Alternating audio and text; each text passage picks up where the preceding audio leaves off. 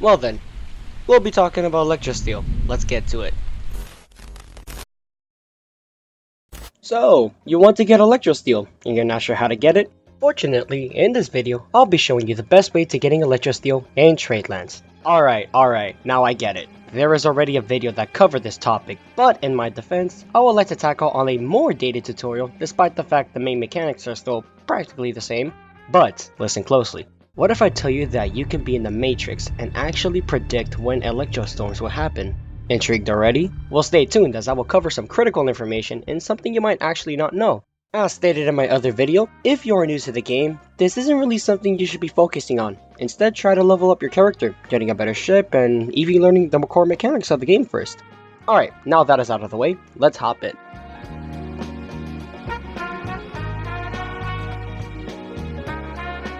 Let's make this quick. Electrosteel is a metal that has a special glow effect when used in practically anything. Cannons, weapons, cosmetics, and even much more. The list goes on.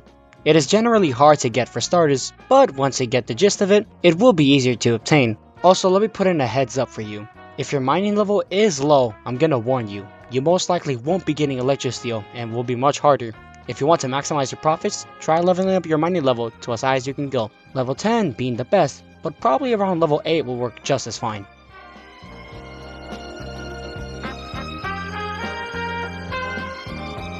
To get Electrosteel, you will need a special type of pickaxe and mine specific locations in the game. Let's start off with making the pickaxe. The materials you need is 5 angelwood and 7 sapphire. To get the angelwood, you need to use a gold axe at any non-spawn island. Non-spawn islands are islands where no player can spawn in. The current non-spawn islands are Freeport, Perth, and Fenwick. If you already know, Freeport is the best non-spawn island in the game at its current time, due to it offering countless things and advantages than other non-spawn islands. To get sapphire, you need to use a gold pickaxe or a gem pickaxe at once any non-spawn island. Once you have the materials, simply walk to your crafting place and make yourself that sweet money maker. Alright, now you need to wait for an electrostorm. To identify what an electrostorm is, it has to be a night storm, which is pitch pure black, where you can't even see the sky, and it has to be raining with thunder sound effect.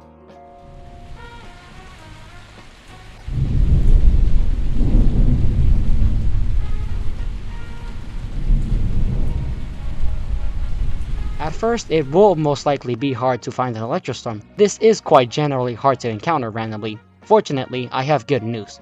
There is a Discord server that are dedicated to finding electrostorms. I will link them in the description. And no, I am not quote unquote sponsored or was asked. I just genuinely like what they do. Now, once you're in a server where there is a current electrostorm, you have to react fast. Electrostorms usually last about 14 minutes. And most likely there are other people that also are trying to grind Electrosteel, which boils down to choosing a non-spawn island. Mostly Freeport can be your best bet, but sometimes, especially in full service, there will be other people heading there too, which can be harder to get yourself Electrosteel, since there is a limited amount of rocks. Choosing other non-spawn islands such as Perth or Fenwick can help out, or those unnamed islands that don't appear on your map. Now it's time to set sail to them. Remember to do /pbbright in the chat, which is a command that brightens the game, which you will be using a lot. Also, if you're not aware on where the non-spawn islands are, make sure to use your map that is in your inventory for guidance. Splendid, you're here! Now rush in, despawn your boat, and grind those rocks, and that's pretty much it. After the storm ends, type /pp in the chat so you don't need eye surgery after seeing the sheer amount of brightness coming from your dang old screen. I am not kidding, when it hits daylight, you will be really bright.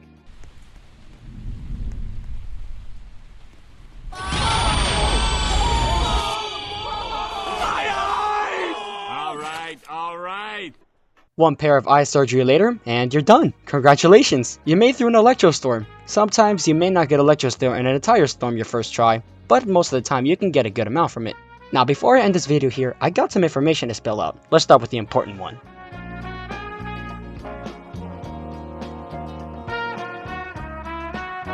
Remember when I told you that you could predict electrostorms? Well, here it is.